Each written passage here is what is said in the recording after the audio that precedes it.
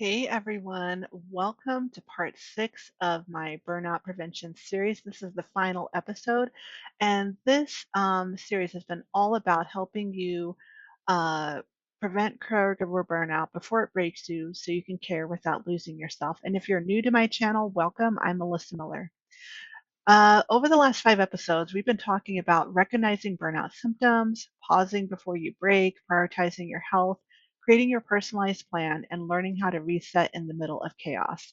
And as we wrap up this series, I want to talk about what comes next, about how to sustain caregiving long term without losing yourself in the process. And the truth is, caregiving is something that is caregiving isn't something you finish, okay?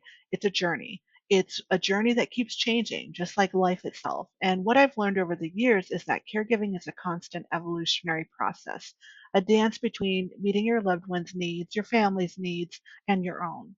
And what you need now won't be what you need in 2 months from now, or maybe even 6 months, or even a year from now.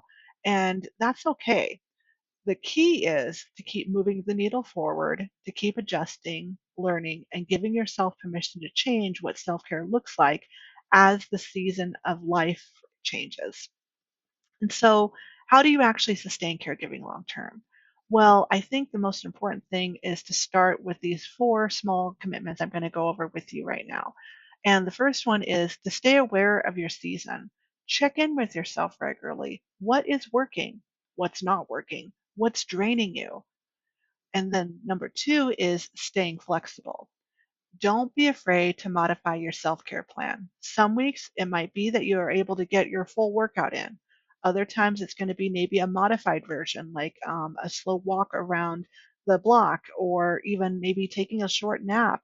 Either way, whatever you're doing, it still counts. And so I don't want you to discount anything that you are doing because it's still action and it's still progress. Three is stay connected. You never were meant to do this alone. Okay. You can't do this alone. Okay. It's too much.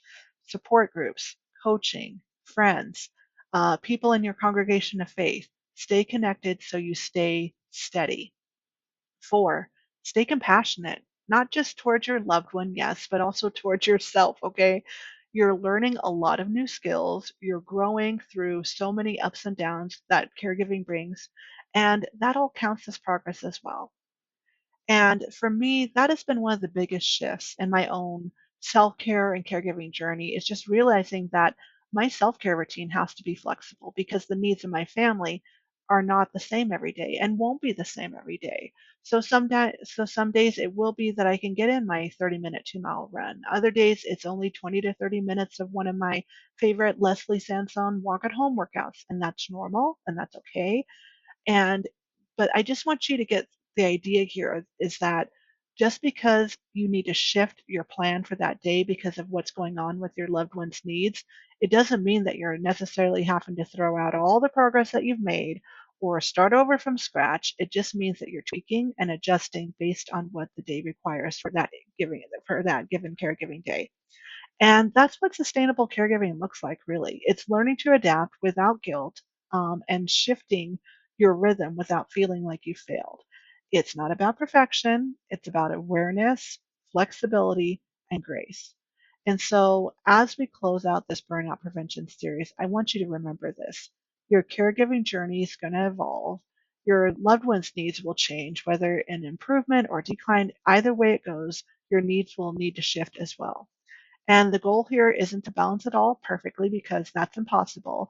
The idea here is to just stay aware, flexible, and compassionate with yourself as you keep showing up to meet the needs of your family and the loved one that you're caring for.